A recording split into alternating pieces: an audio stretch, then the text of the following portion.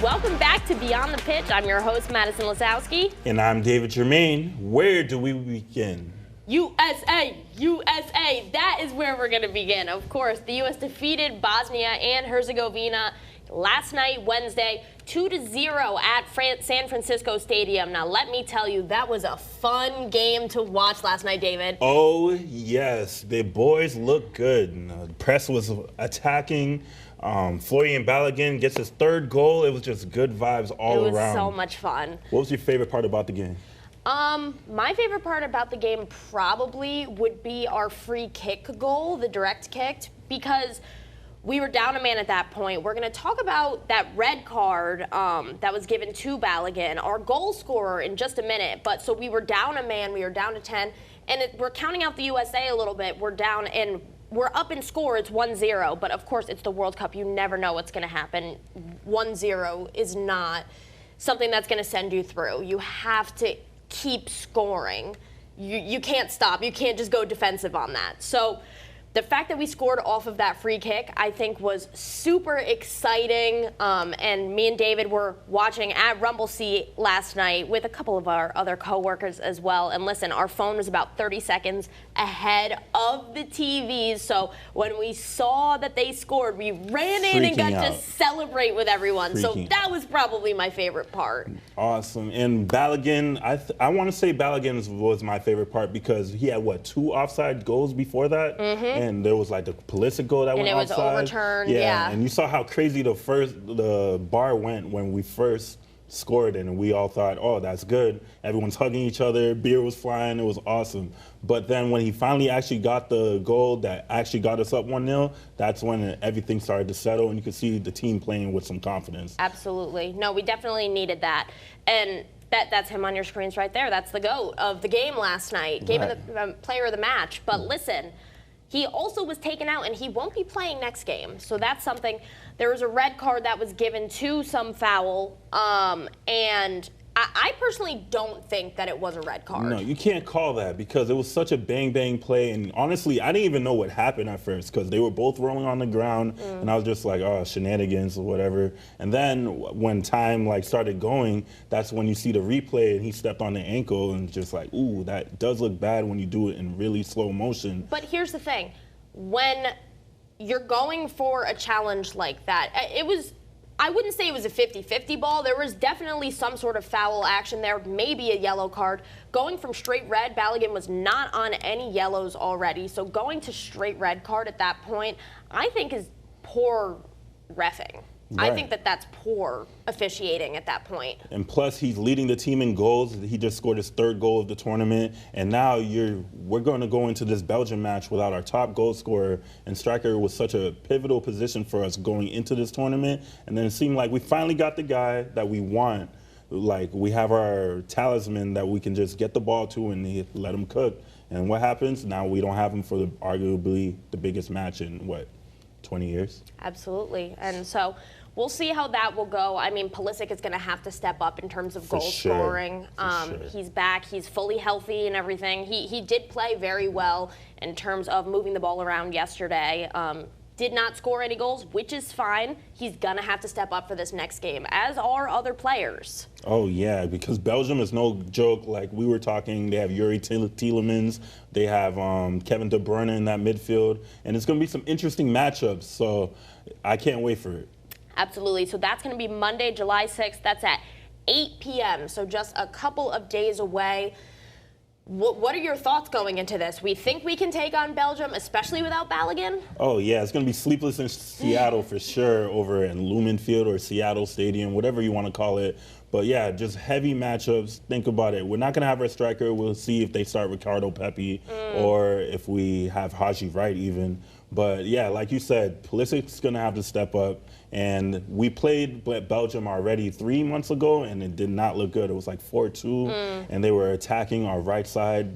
But Pochettino's since has been doing some adjustments. He put Serginho Dest at the right wing. And we have seen some differences in our lineup and also our structure of the field. Last night we played 5 midfielders, which was very interesting.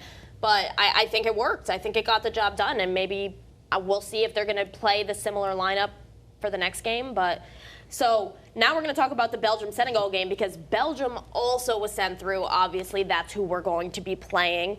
How did you feel about this game? I watched the beginning of it. You watched the end of it, and the end is where all the crazy action happened. Yeah, I was messaging one of my boys. He lives out in Rhode Island. He's Senegalese, and when they scored that second goal, which was beautiful, like that ball all the way to the top, that just sparked the counterattack, and it was an easy tap in. And beating Courtois is no small matter. And I thought, wow, Senegal really has this because they're the African champions. They have talent up and down their roster that are playing in the top 5 leagues. And then Belgium, this is the thing about Belgium, the past at least 3 World Cups, we know they have the talent. Lukaku, De Bruyne, they had Hazard, they have Courtois. We could keep on going. But when it comes to the big matches, it seems like they pick and choose when they want to turn up. And they left it really late. What? They didn't score till the 86th minute? Like that's and then insane. in extra time is when we took it. We didn't have to go into penalty kicks for this one. This was, they came, they made a comeback, and they made an impact in that comeback. Right, and I think this game was very poetic because when they were down 2-0, you saw Tielemans and Leandro Trossard arguing right before the hydration break. Literally, and Lukaku had to split them up. It looked like they were going to fight. And then what happens after? Trossard passes the ball to Tielemans, who scores the equalizer. And then they're hugging it out. Clearly, everything's all good now. And then Tielemans scores that game-winning penalty. It was just like, I don't know. It was the roller coaster of a soccer match. You can't be too high when you're down.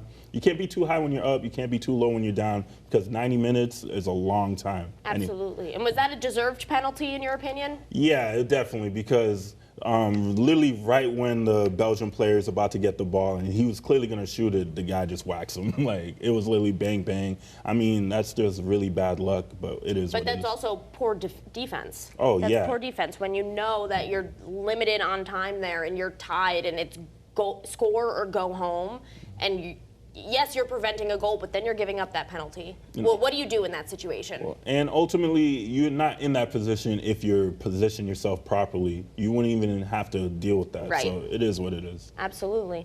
All right, so what else is good news here is we have all 3 host countries headed to the round of 16, not just USA, but Canada and Mexico are also headed through. Back on Sunday, Canada played South Africa, won 1-0. And then Tuesday, Mexico beating Ecuador 2-0, and that was a crazy game. Yeah. Oh, Azteca Stadium. Azteca Stadium was rocking. Have you seen the videos of the fans flooding Mexico City after that? Of course I have. It is insane. And mind you, I'm a Knicks fan, and I thought we were going crazy after we won the championship. They tore that. They almost burned that city down. It was insane. And that's just to go to the round of 16. That's not even winning the whole World Cup. So I don't know if I want Mexico to keep going forward or if we're going to lose the country if they keep going forward. Tough situation because Mexico is obviously the USA's biggest rival. Canada too, but like you want to see CONCACAF teams advance, but not too far, you know, because. Well, listen, Mexico, they haven't lost a game in this World Cup yet. They made it through the group stage completely undefeated. They're the only ones with a clean sheet at this point. Like USA lost to Turkey earlier. Obviously, we still came out top of the group, but Mexico, they have not lost. They're looking good. And they had this Mexican national team camp literally like 2 or 3 weeks before most teams even reported because they wanted to have this quote-unquote 5th game. It's this big bugaboo they've always had about they want to make it to the quarterfinals. They've never made it to the quarterfinals. They've always lost in the round of 16. Now, technically, they have made it to the 5th game because they expanded the tournament and they had the round of 32 and their first time ever winning a knockout stage. But now they're in the round of 16 and they're playing England. And is right now, are they going to exercise their demons? Because they're undefeated in Estadio Azteca, which is a big deal, and it's the cathedral, one of the cathedrals of soccer. And that's where England will be playing them, if I'm not mistaken, right? Yes. So it's just going to be insane, and it's the second time that they'll meet ever. Last time was 1966. So I don't know. It's going to be a party in Mexico City for sure. I have to admit it, Mexico's looking really good. They're looking scary. And how do we feel about England? As we know, that's who I had winning the whole thing. And they've been a little iffy. We've talked about it, unfortunately. We did get bailed out a little bit by Harry Kane in this last game. Jude Bellingham has tried and tried again to score. Declan Rice is there with the corner kicks. We have the forward power, but Harry Kane was the only one who could get it done. Well, like we were talking about with Florian Balogun, like we finally got that go-to guy that could score us the goals. England's been had that guy in Harry Kane. Like he's been that guy for at least 10 years now. So now there's something to be said about other players needing to step up because they have elite players that are all up and down their lineup too. But when they needed them the most, when it looked like they were about to get bounced by Congo, the big man showed up. He stepped up. Thank goodness he did. Yeah, and for Canada, beating South Africa, that game was a little choppy. It was a hard watch, but like, listen, it's Canada, it's soccer, this isn't hockey. They'll take the wins any way they hockey. can. They'll take the wins isn't your any sport, way they Canada. can. Literally, like they're playing with house money, in my opinion. And we got to see Alphonso Davies finally made his debut in this World Cup. I know he had that Achilles injury, so glad to see him back. But honestly, I don't know who do they have next. I don't think it's set in stone yet who they have next. I think we're still waiting to find out. Morocco. They'll be playing Canada, Morocco? Yeah, is that it? Yeah, they'll be playing Morocco in Houston. So Morocco could get got too. I mean, we'll talk about how their game went later on. But Canada, they could make the quarterfinals, which would be insane if we had 3 hosts make the quarterfinals. That would. And then who would be the 4th team? It can't be England. I can't. So who knows? I guess who knows? Oh, it'd probably be France, and nobody wants those problems. All right, so moving on, what we also had happen this week, we had our first penalty shootout of the tournament. The first one actually happened at Boston Stadium, and I was at that game. It was Germany versus Paraguay. They were tied 1-1, and believe it or not, Paraguay won in penalties 4-3. I'm not gonna lie, that was a bit of a hard watch. It was a hard watch, but that's how Paraguay wants to play. They're very defensive. Remember when we were leading up to the USA-Paraguay game, we talked about how good the defense was. They allowed less than 10 goals in South American qualifiers. So we knew that's how they wanted to play. And the moment I saw them score that opening goal, I'm like, oh, they're not going to want to go for another one again. No. Yeah, so, but it was a tough watch for Germany. Right. Credit to them for equalizing Kai Havertz and everything. And then that penalty shootout. The penalty shootout was crazy. And something I have to say about these penalty shootouts, we'll talk about another one in just a second because there have been 2 so far, is I feel like the shooting hasn't been phenomenal. I feel like the goal saving also hasn't been phenomenal. Yeah. I think that in the past 2 penalty shootouts, we're not seeing the best from those taking the penalties, and we're also not seeing the best from those trying to prevent it from going in. I think we're seeing a lot of ball going over the goal, hitting the post, saves, and then the goalie's kicking it in. This is not good soccer. These penalty shootouts, I mean, it was very fun to watch. Edge of your seat. You don't know what you're going to get. It's crazy, even if you're not rooting for either team. It's always a fun thing to watch. But I think that all of the teams so far could do so much better. Maybe they're not practicing penalties enough, but that's what you have to do going into the World Cup because there's so many times that you will go into a penalty shootout to determine your role moving forward. Yeah, and you hear from pros all the time. They say they always practice penalties during training, but you can never mimic the weight and pressure of a World Cup knockout penalty. No, absolutely, and it's very difficult because there's so much pressure on you.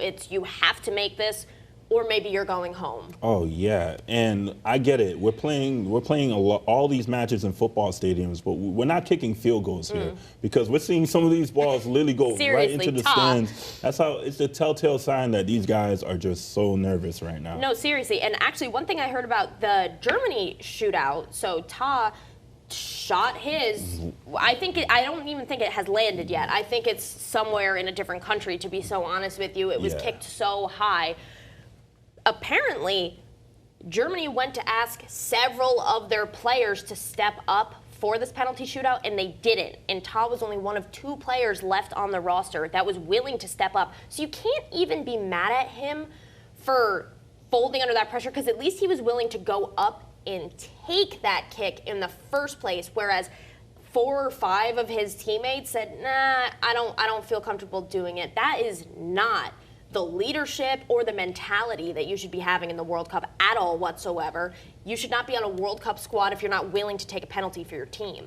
Oh, yeah, and shout out to the production crew, because they actually got the shot of Joshua Kimmich literally going man for man, asking who's going 6. Because honestly, shout out to Kimmich for having the confidence in Manuel Neuer. He's like, he's going to save these next 2. So who's going to take the 6th one? And then you could just see it in the player's face. They're like, oh, he's talking to me? Yeah. Like, hey.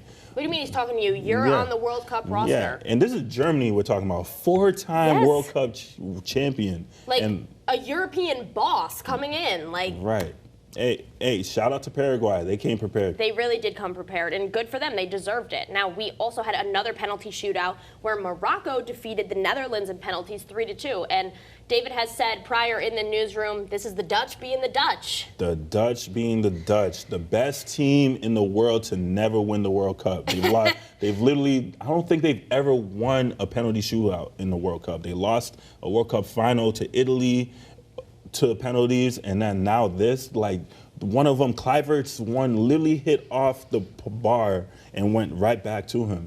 One of the balls, literally, the goalie saved it, and it still ricocheted off his foot and went into the net. I wish we could show the video of that, because it was crazy. It was a shot to the bottom left corner. The goalie comes, jumps, saves it somehow. I don't even know how this happened. The ball that he saved came like around him, and then his back legs that were on the ground kicked it in. So it almost was an own goal in the penalty shootout. You can't make this up. And you cannot make this up. The guy who shot the ball, you could literally see him start to groan after he thought he missed it, and then it rolled in. He's like, oh, we got it. We did it. Yeah, just how he wrote it up. And again, that's kind of what I'm saying with, what are we doing in these penalty shootouts? What are you people doing? Well, if you're the Dutch, you just at this point have to think you're cursed. Like, you couldn't. Like, to be fair, Ronald Koeman, it should have never went to penalties at all. So they had plenty of chances. There was a special moment in this match. There was a special moment in this matchup that I'd love to talk about, and Cody Gakpo was the person that we want to talk about in this game. He announced the tragic loss of his unborn son just days before the game. He still chose to play in the game, in the tournament. He wanted to go, and he was the one that scored for the team when in regular time, and he scored one of the penalties. Not just that. He also stepped up for the penalties. So not only was he the sole goal scorer for the Dutch, but he also one of the few people who actually scored in the penalty shootout. Yes, one of the few people who scored in the penalty shootout. And you could see the team camaraderie. The whole team just ran right to him and gave him a hug. Yeah, you could see him crying on the field when it happened. And honestly, at that moment, I was rooting for the Dutch. I'm not gonna lie. It would have been just a beautiful story. But shout out to Morocco for staying with it. Like I said, 90 minutes they scored. They literally scored their equalizer in the 91st minute. Like, just it's heartbreak. Crazy. Heartbreak. These are high stakes right now. Very high stakes. And you can see it in the players' faces how bad they want this. But like these moments, you can't simulate these moments. You have to just wait till you're in them. Absolutely. So he's going home, and now he's going to go spend some time with, his wife and all that. But a tournament is still going on here. So now we're going to move on to the Brazil-Japan game. Now, Brazil, 5-time champion. They narrowly escaped a historic upset against Japan. They were trailing in the first half. It was shocking almost. Yeah, and Japan kind of tried to do what Paraguay did against Germany. They scored that opening goal, and they parked that 18-wheeler. They did not want to go to the other side of the pitch after that, but you can't give Brazil, a team with the talent of Brazil, the ball for that long. They're gonna break you down eventually. They're going to. Somehow, your boy Vinny was destroying the right side of the defense. That's what he does. He destroys the defense. That's just what Vinny Jr. does. Yeah, and your former boy Casemiro scored the equalizer last minute. What can I say? Wow. Yeah. What can I say? That's Real Madrid for you right there. Yeah, and Brazil, and what's very telling about this game was when Brazil needed that equalizer, Ancelotti did not put in Neymar. Yeah, very, very interesting because I feel like Neymar hasn't gotten the playing time that he maybe deserves. We've talked in the first episode of this whose last World Cup it's going to be. It's going to be Messi's last World Cup. It's going to be Ronaldo's last World Cup, De Bruyne's, all that.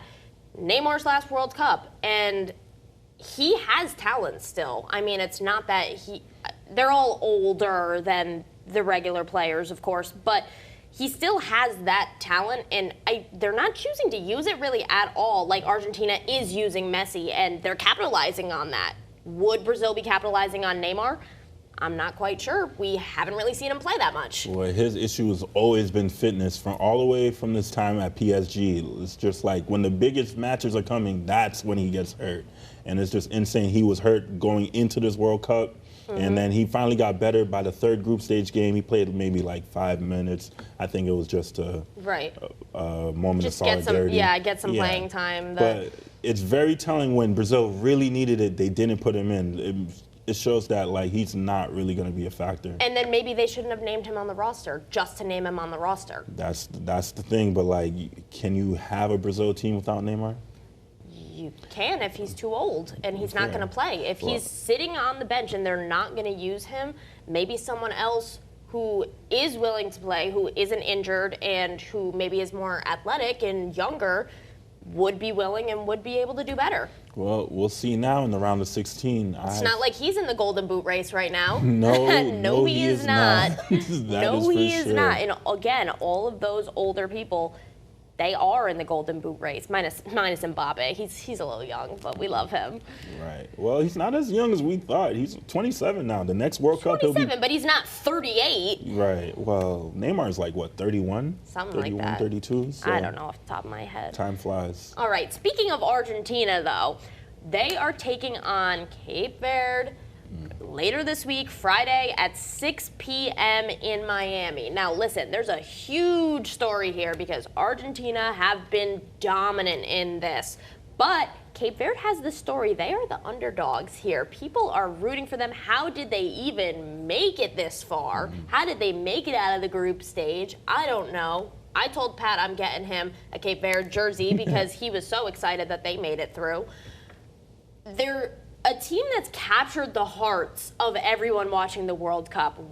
People wondering, I've never even heard of this country. It's so small. It's one of the smallest countries in the world. How did they sneak into the knockout rounds here? It's funny because I've been watching Cape Verde for at least a couple years. I saw them in AFCON, and I was just like, wow, Cape Verde made AFCON. They kind of got it, yeah. And then I was just like, we'll see how they do in qualifying. And then they dominated African qualifying, which is really surprising. They have hard to do because African teams are huge. Yeah, and like literally they have 2 players I've probably heard of, period. And one of them played in MLS. But somehow they just have this camaraderie when they play together. It just works. And if I'm Argentina, because I was unimpressed with Argentina's performance against Jordan. Okay. Like a few of the goals Jordan let up were just pretty soft. I feel like if you're going against quality competition, that wouldn't have happened. Listen, Argentina isn't known for its goalkeeping. Argentina is known for its goal scoring. Fair. So once you get past the defense, I'm not saying that their goalkeeper is terrible, but I am saying that if you're looking for talent on Argentina, you're looking at the front line. You're not looking at the back line. Right, and Cape Verde's goalie already became a national hero against Spain. Let's see if he could do it against Argentina. We'll see. I don't know. I think either way, it's going to be really sad because if Argentina loses to Cape Verde, which would be the biggest upset in the history of soccer, I feel like. That would be the craziest thing ever. That is Messi's last game of all time. Whew. You will see everybody sobbing. Everyone will be... it will just be terrible. Terribly sad because they really are top two top three favorites to win this whole thing at this point. Right. But Cape Verde, if Argentina is the villain to send home this team that has captured the hearts of everybody, then it's like, I'm not rooting for Argentina, I'm not whatever. So it's really a lose-lose situation here, I feel like. Oh, yeah, but you know what the people want. The people want to see an Argentina-France rematch. So, They want to see an Argentina-France rematch. They have to take care of business. But as Americans, we love a Cinderella underdog story. Of course. So there was probably already going to be a movie made about this Cape Verde team. If they win this, 100% is happening. 100% a movie. 100%. And I would pay to watch it. Oh yeah, well, I want a little stake in the production. Maybe crew. maybe we can produce a movie about it. I mean, Beyond the Pitch isn't going to last forever. Exactly. Well, we'll see. We'll see. I don't know. We'll have some free time, you know? We have some stuff in the works now. Okay, is there any final thoughts that you want to talk about that we haven't brought up yet, moving into finishing out the round of 32, now with these round of 16 games set? Anything you want to mention that we haven't before we wait and watch some more games? Well, Edin Dzeko, thank you for your service. The Bosnian legend is now probably played his last World Cup, or probably his last game for Bosnia in general. But this last few slates of round of 32 games, we have Portugal versus Croatia. So either Modric or Ronaldo, it's over for them. So we're crying for that too, Right. because those are my loves. So as a Real Madrid fan, who do you root for? Who do I root for? I mean, you have to go Portugal. You have to go Portugal. Croatia's on the older side. You're not going to see them winning the whole thing. And honestly, I don't think Portugal is looking the best to win the whole thing either. So maybe this will be where they get upset by Croatia. This could be the place. But I also, you got to go for Ronaldo. I mean, I love Modric, though. He's such a sweetie. Yeah. He's such a good guy. How can you not like him? How can you not like him? He has the cutest kids of all time. He has the sweetest wife. He's kind to his teammates. I don't know. Yeah, his kids do look like little Targaryens. Shout out Game of Thrones. Yeah, Shout out Game of Thrones on Beyond the Pitch. Yeah, but I have to root for Portugal just because I feel like the team has enough talent to possibly win the World Cup. Croatia, They don't have it to win the whole thing. Yeah, I'll say they did make the final in 2018, but like half those players aren't even on the team Yeah, anymore. no. So, yeah, that's really the game that sticks out. Spain's already been talking. Yamin Lamal has been talking to the media, saying like, no, but they're not worried about France. Clearly, you must be worried about France. You probably should be. You probably should be worried about France, because France is looking a lot better than Spain, in my opinion. Right. So. And I love Spain.